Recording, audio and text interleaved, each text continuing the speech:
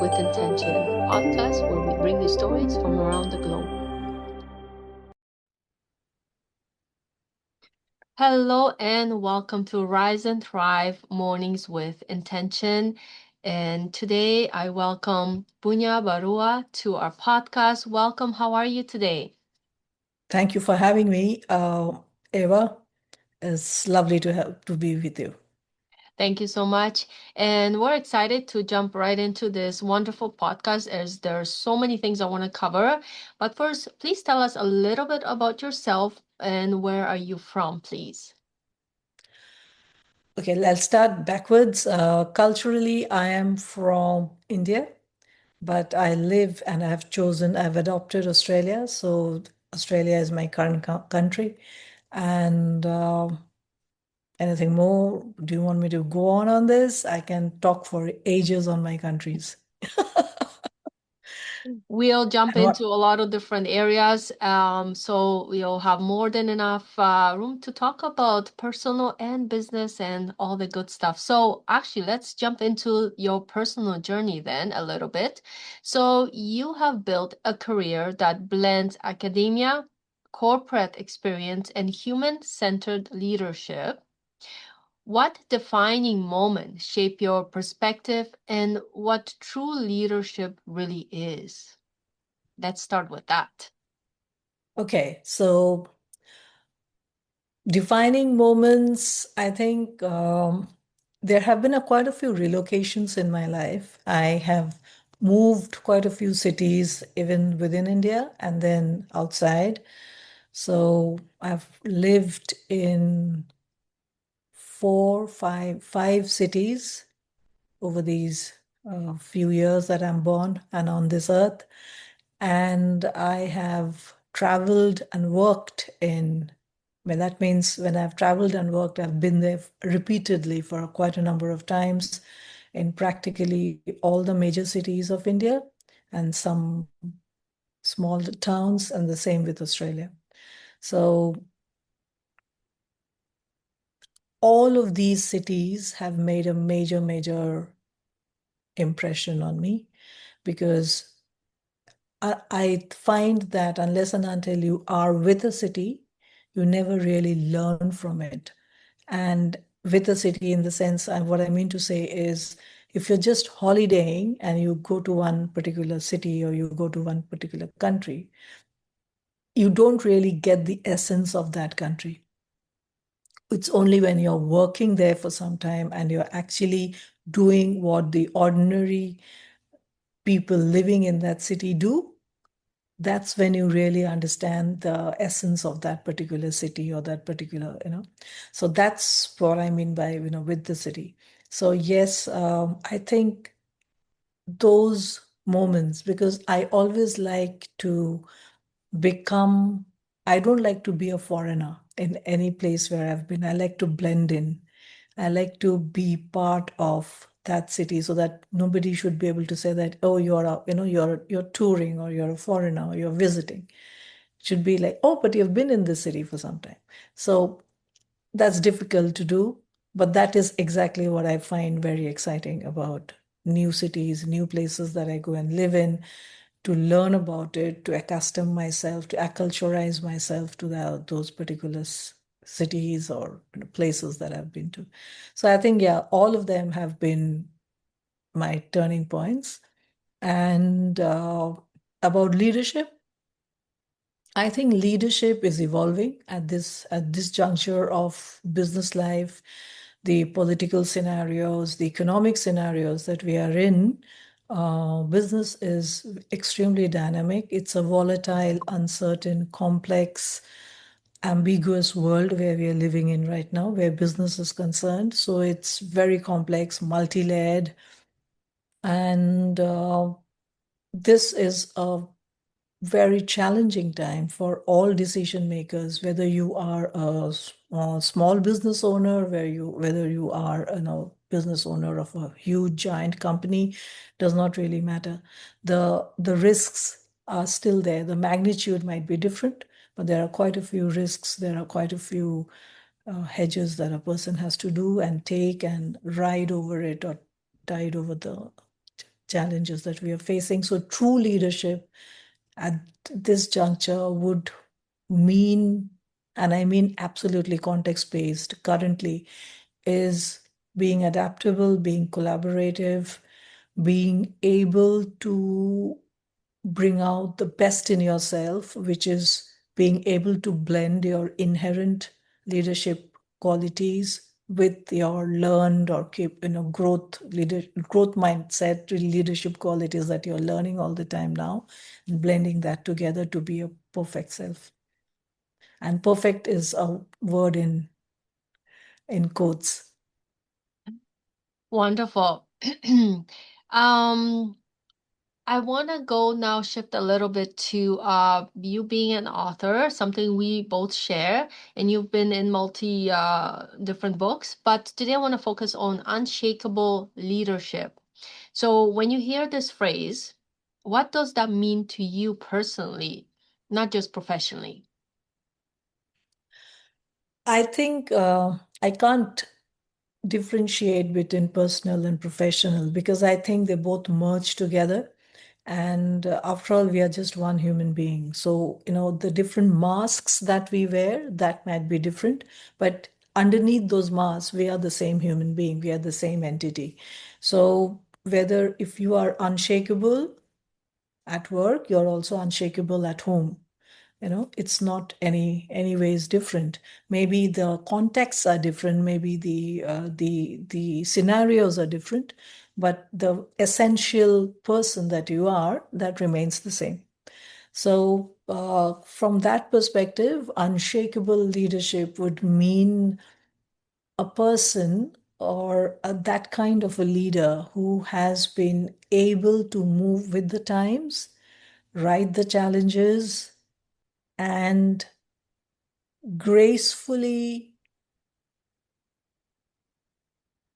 gracefully face everything that has come its way, come your way, maybe positive, negative, everything. Does not have to be only successes or only failures, has to be, a balance of both, or even neutral situations. Not always you face successes or failures. Sometimes there are things that happen which are just status quo, neutral. So facing all of those with the same equanimity, I think that is unshakable leadership, to be able to take all that in and yet go forward. Hmm. Beautiful. So let's jump into maybe redefining leadership. In your research, leadership development and gender in the workplace, where do you think traditional leadership models are failing people today?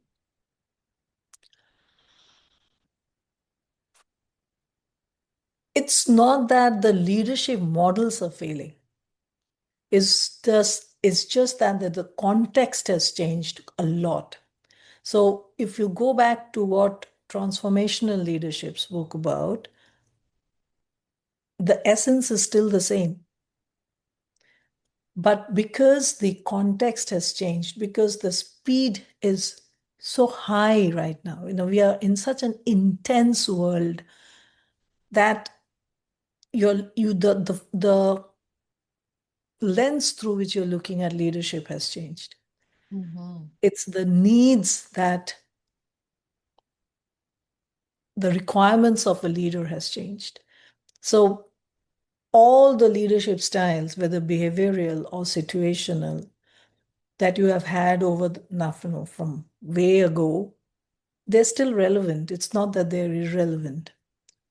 Which is why when I do my research, I actually try to blend them. I try to bring them together and get the best of those attributes which are relevant right now, appropriate right now.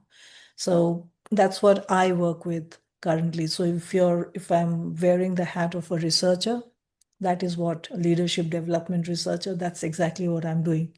I'm trying to understand which are those leadership traits, which attributes, whether situational leadership traits or behavioral, doesn't matter, but which of them are absolutely relevant and needed right now.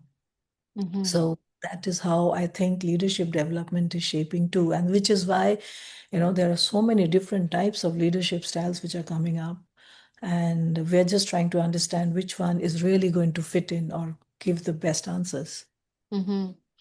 So what would you say the power through connection look like in real workplace environments, especially in high pressure industries like tech? I was just talking about this in my previous meeting. So I think two very important things is communication. No, no, not two, more than that. One is communication. The second is being authentic. I think being authentic really matters. In that chapter that I wrote with Unshakable Leadership, it's all about how I discovered my authentic leadership style, how I discovered my authentic self. And so that is one part, the other part. And then it's all about being as transparent as possible and collaborative as possible and adaptive. So I think all of these right now are important points, important attributes, important characteristics that we need to really imbibe and adopt. Mm-hmm. So when you focus on workplace well-being, what are leaders still maybe perhaps getting wrong, let's put it this way, when it comes to supporting their teams? I think it's a bit more deep rooted than just that much. It's not about, you see, when workplace well-being started became a terminology and it became a term that business world woke up to. We were talking about how employees can be assisted, what are the employment programs that can come into place, what are the other ways that and it was all the HR's work to get things done. And they would get just get some programs, put it there and give it to the employees, let them do it. But and then it moved from that to leaders have to be part of it, managers have to be involved in it. That was the second part. But actually, it's deeper than that. It's much, much deeper than that. In fact, I was just reading about it from the WHO's reports recently, and it was about how the very design of a job is important right now.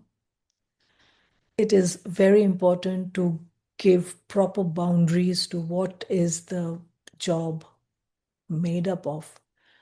What is the design of that job? How does that position really work? What does the role impact and expect? What is expected of that role, and how does that role impact? Things which I was lucky, I learned from one of my mentors. Uh, and that was way, way back somewhere, something 2000. I'm talking about 2004, 5, 6. That's the time I learned all this. But right now, this is more important. And that is what is causing workplace well-being. Is not really, I won't say it's not, it's causing, it's actually stopping workplace well-being from being successful at work. So even though there are organizations who have started, doing programs, some are doing it very seriously, some are trying to really support their employees, and some are just doing a tick box function. But whatever it is deeper than that, much, much deeper than that. Mm-hmm. And now the studies are saying that workforces are now actually not getting just burnt out from, it was stress, anxiety, burnt out. Now it is depression. So we are actually not improving. We are going backwards. We are regressing. And as a workforce, and if we are looking at it from thought leadership perspective, what we need to do is now move away from what can be done to support. I think individuals know best or how they can support each other, um, or how they can support themselves, because it's not the same for everyone. Well-being is different for each human being. It's beyond well-being. There's a lot more that leaders found, the heads of organizations really need to concentrate on, and they really need to redesign how their jobs are described, the positions, the roles, and that's how it has to be addressed. Mm-hmm. Beautiful. So we'll jump into a little bit about women in workplace, identity, and leadership.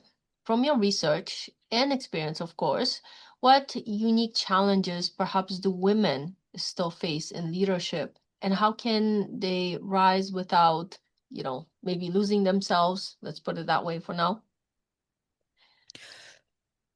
First and foremost,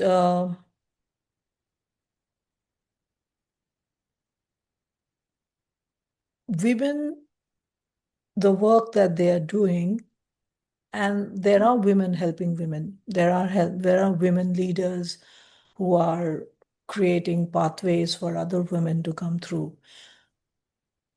There are two, three things that really need to be addressed. That is from whatever I have understood so far.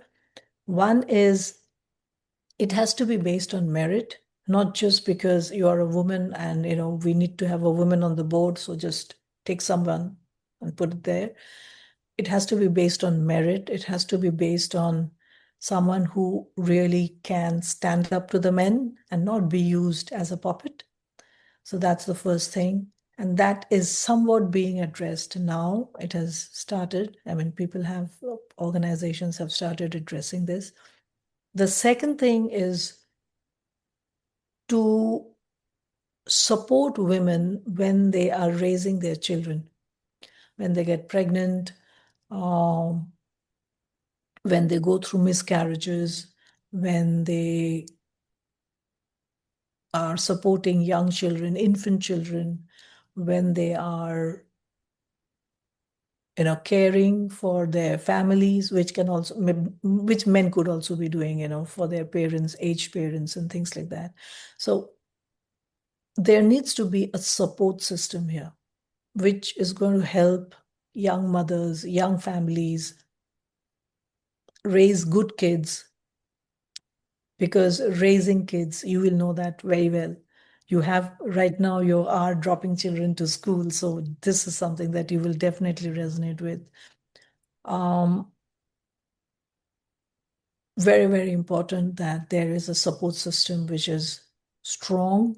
And because studies have shown that when mothers have their kids with them or their infants with them while they're working, they're better at work, because their mind is, subconscious mind is not lying with the child somewhere in a Mhm. daycare or somewhere. So, and I think as mothers, we have all gone through that, the latent tension always at the back, that is there something, if a phone rings, first of all, is it the child's, carer calling up, the daycare calling up, whatever it is. So that is always there. So that taking care of that is one of them. The second one is, I find it more important, because these are children who are 14, 15, 16, 17, 18, the most formative years, when we should be nurturing women to get into STEM first and foremost, because there's hardly any women in STEM, to think entrepreneurially, to have that entrepreneurial mindset. Very important, because that aspect is very, very different. And another thing that I might touch upon here is that the feminist thing, about going all out there and trying to prove the world that women are the greatest. Women are the greatest. We don't need to prove it. It's just that we need to have a strong support system behind it, and the funnel. We need to create funnels wherever possible, communities, schools, colleges, universities create funnels so that women can be nurtured, and even men can do the nurturing. It's not that only women can do the nurturing, very honestly. Men are pretty good parents too. So but to have that funnel, to create that funnel where they don't slip off, they don't fall off. And our conversion rates of having children, women, girls who start off and end up as well, they don't drop off in the middle. Mm-hmm. That I think is very important to carry those little eggs that we have in the baskets correctly right till the end, which Mm-hmm. is not happening right now. Yeah, very true, very true. So would you say that there is some kind of inner work that women could possibly do to lead both in strength and authenticity? Like, is there something they could be doing to help themselves? First, foremost, I might touch upon something here which a lot of women may not agree with, and that is you don't really need to please everyone. You don't really need to, this is direct message to women, you don't really need to fit in. It's quite okay if you are,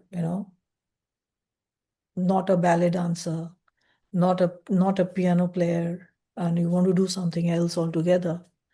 It's perfectly all right to be able to not please everyone around you, to be that good girl. I think that's very important to be able to accept yourself for who you are. You may be a good girl, that doesn't matter. I mean, it's not that you have to be, the opposite of a good girl. But what I'm trying to say here is that you don't have to fit in with what other people want you to be doing. You don't really have to fit into an image. Be your image yourself. So Mm-hmm. that is something, and women find it very difficult to be that. They don't like to hurt anyone. They don't want to rock the boat anywhere. They want to keep everything. That doesn't work. At one point or the other, you have to choose, and you have to choose and stand by it, Mm-hmm. which is which a lot of women might say that that's not possible, or they might say that, oh yeah, I did stand by something and I chose something and I stood by it. Great. How big was the impact? Then the next thing is, how big is that impact? Mm-hmm. You stood up for something and you stood by it. Fantastic. You chose something. But what is the impact of that? Mm-hmm. Exactly. And Is the the thing next is, we part. all are unique in our own way, and sometimes we don't honor it. I know I did when I was growing up, and sometimes it takes time for people to see things well beneath the surface, right? Sometimes we never do, and sometimes we Yep. do it a bit late. But as they say, better late than never, right? Yep. I want to jump into a little, I would say a hot topic nowadays, AI. Hmm. So my question is, so in your research, you integrate technology and human-centered leadership. How do you see the future of leadership evolving with AI and digital transformation? I am just writing I'm just writing an article on that. Okay, so um, what we need to understand is that there's two aspects to this. One aspect is that there are certain things that humans can do much, much better than AI, can do even much, much better than a robo. So I was just having a conversation with a teenager who's very, very good, extremely good, and overachiever. And she was talking about being a surgeon, and whether she would choose between being a surgeon and being a nurse. And she felt that if she didn't become a surgeon, she was not using her full potential. Mm-hmm. I'm flipping it and I'm saying a nurse needs a lot of empathy. a lot of nurturing, a lot of compassion, a lot of kindness in her to be able to serve her patients. Tomorrow, a robo might be able to replace a surgeon's work and do a much better job of it, most probably. So, Hmm. what a surgeon will actually do is mechanically type in the program that the robo has to do and ensure that the robo is doing it. So, what the surgeon will actually be doing is becoming a mechanic. Hmm. That's all. Whereas the nurse's job will remain as it is because you cannot empathize. A patient will never feel cared for by a robo. A patient will never ever feel how much ever you change that voice and you make the AI voice, fantastic and not steely and not mechanical, etc. You will need that warmth in that voice. You will need that grain in that voice. You will need that bass in that voice. You will need the voice to change, to undulate. And that can only happen with a human voice. Hmm. The touch that matters, that look, the eyes, that matters. It cannot be replaced. So a nurse might actually become more important than a surgeon at one point in our life. Hmm. Yeah, so many ways we can go there because yeah, there's this is talking in general. There are some nurses that don't give a, and they just do that bare minimum, let's just call it that, to do what they need to do to keep their job. And Yep. you see no passion, nothing, I've been there because I had to watch my dad for the last 8 years in a home care facility. Wasn't easy. Some nurses were excellent. The others, I could say the other words, right? So it kind of makes you wonder, it's like, maybe in some cases the robot may be better than the nurse, but that's just, because, you look at everything, you can always look at something both ways because we have to explore it. If we don't, we won't see all the different angles, right? So I think there's a lot of room in both areas, which is very interesting, and that's why I say it's a hot topic because I hear, some people love AI, some people hate AI, and the thing is, I think comes down to how you really use it, because you can use anything for good or bad. That's why we have, love, hate, good, bad, and all that. So it's just how we use it, I think, because anything I can be used for different reasons, right? I think the best way that AI can be really used efficiently and productively with humans not losing their meaning Hmm. as a function is when it is augmented. Yeah. So when And you have AI augmenting something, then I think we are in a good space. yeah, and that Because was my then yeah, next question actually. What are some potential ways maybe you can share that leaders can actually use data and people analytics without losing the human connection? where see the thing that happens with and anyone who's been using say ChatGPT or Gemini or any of those things, you'll have a tendency of playing with it for some time. Oh, It's like yeah. a new toy, and Yeah, you it play with is. it and you play with it, and you want Guilty to as see such. and you want to see where the analytics are going and how is it making its predictions and whatever that the we are moving from analytics and from predictive analytics, and how is it really doing that, and you just want to have fun with it. That is okay. Hmm. Having fun with it is one aspect, but when we have different things that will impact the work that you're doing and could affect a lot of other people. Sorry.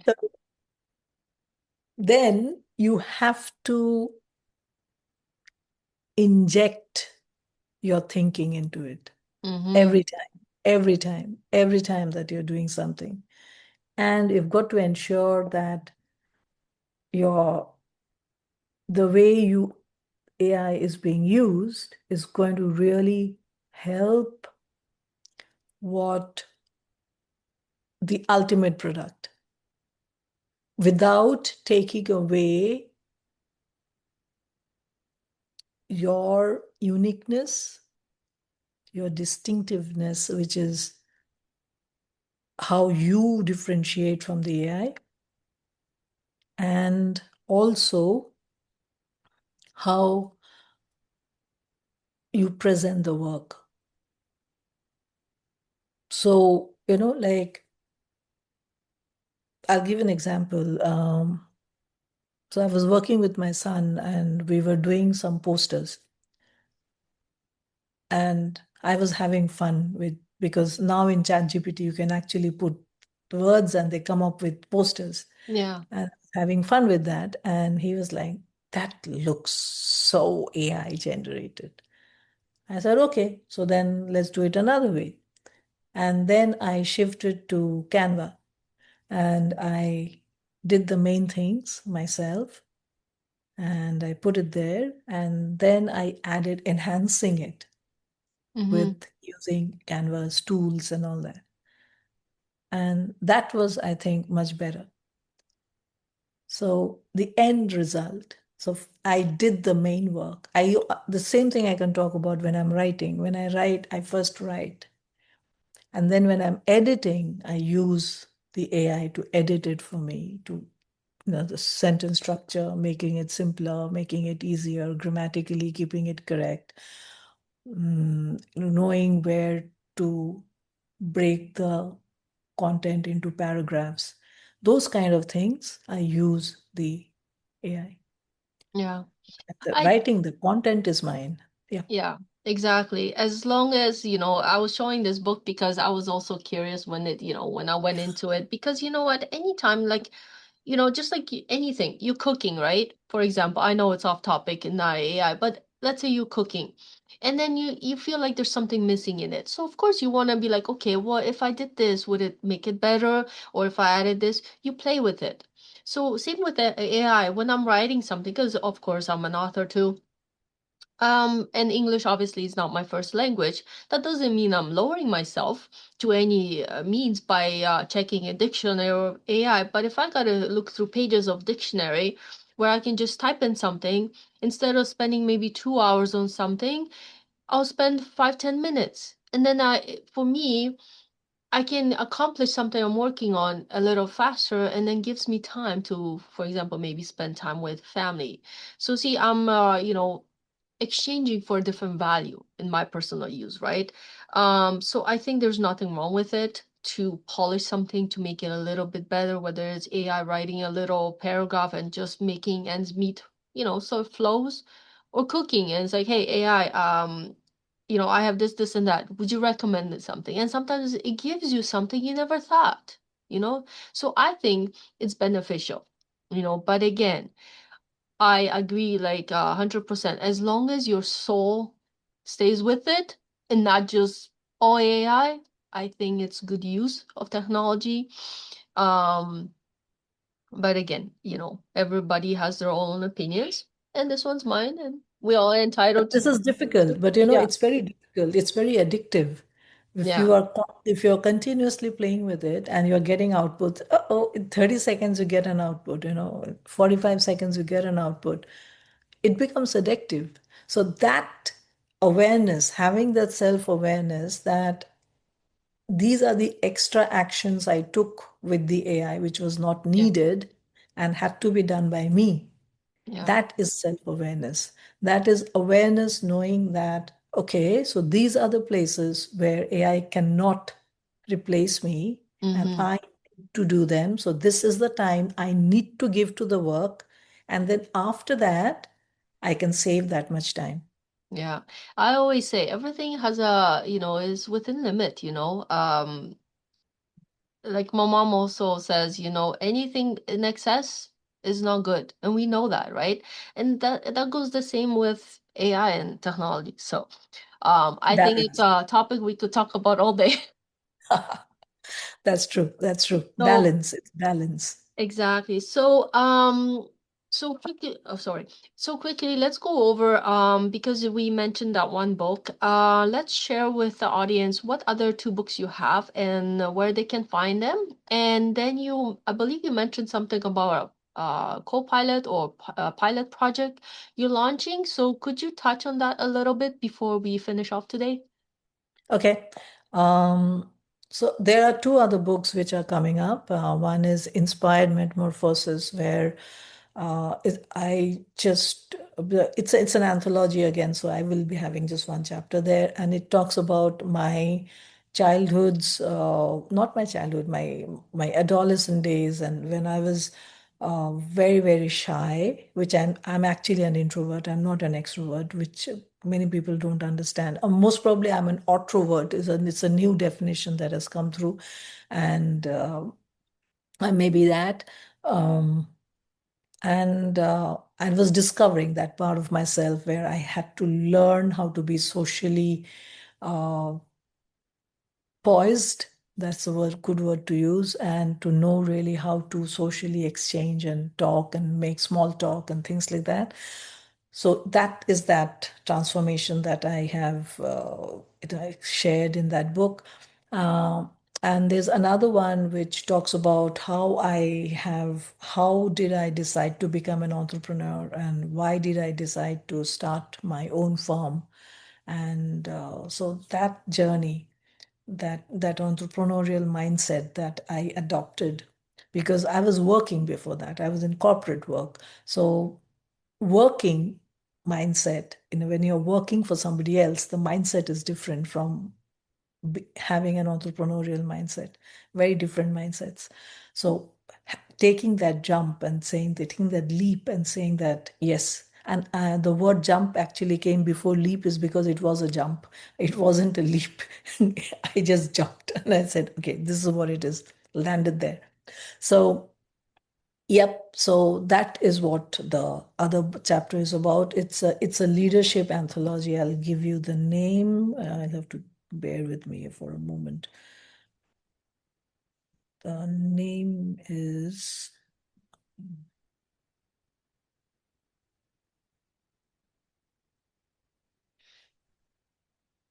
yeah, it's called LeadHERship uh, Anthology.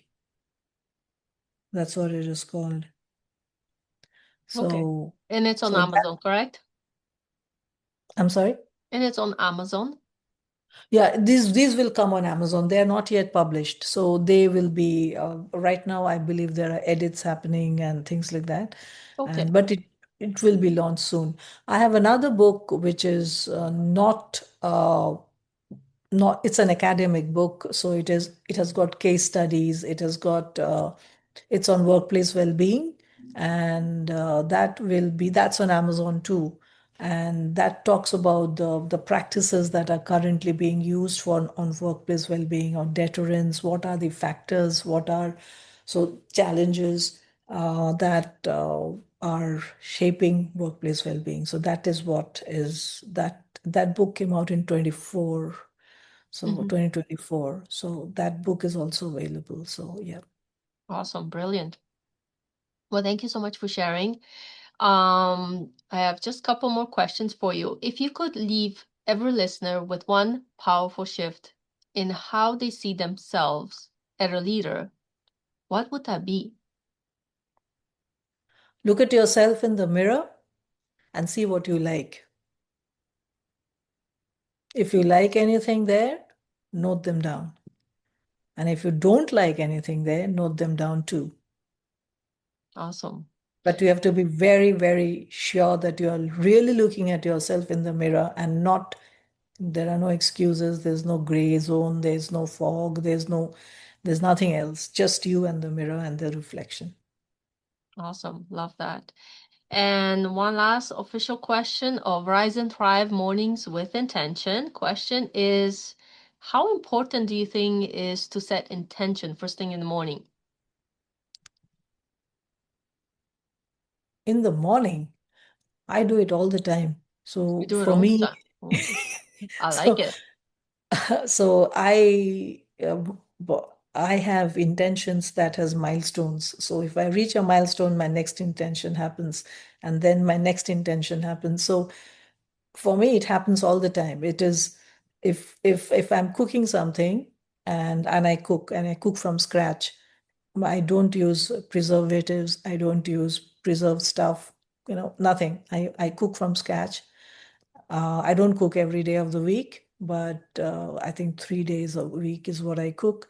But when I cook from scratch, and that is when. So that's just an example. So if I find, and most of the time, because I am also working, I will either have a phone call happening, or I am checking something while I'm cooking. um, so something goes wrong and I correct that. Hmm. So say salt, I add some more salt. Then I correct that. And how do I do it? And all those kind of things, are intentional. So when I am able to correct it, that's a milestone reached. Hmm. Or if I've not had any mishaps and I have been able to cook without any mishaps. That's a huge milestone for me because Hmm. then I haven't burnt anything. I haven't really scorched anything. The salt is fine, spices are fine, everything is in proper thing, and the color looks nice.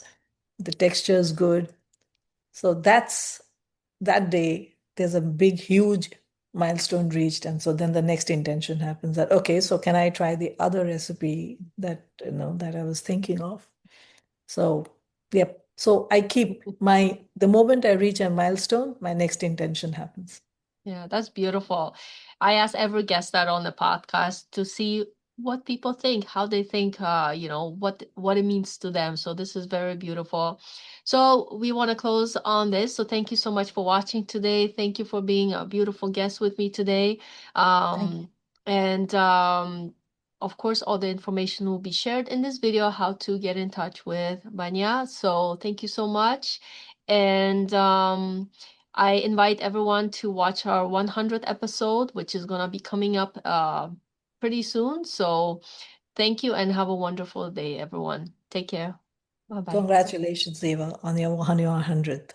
Thank And you so thank you for much. having me. You're welcome. Take care, everyone.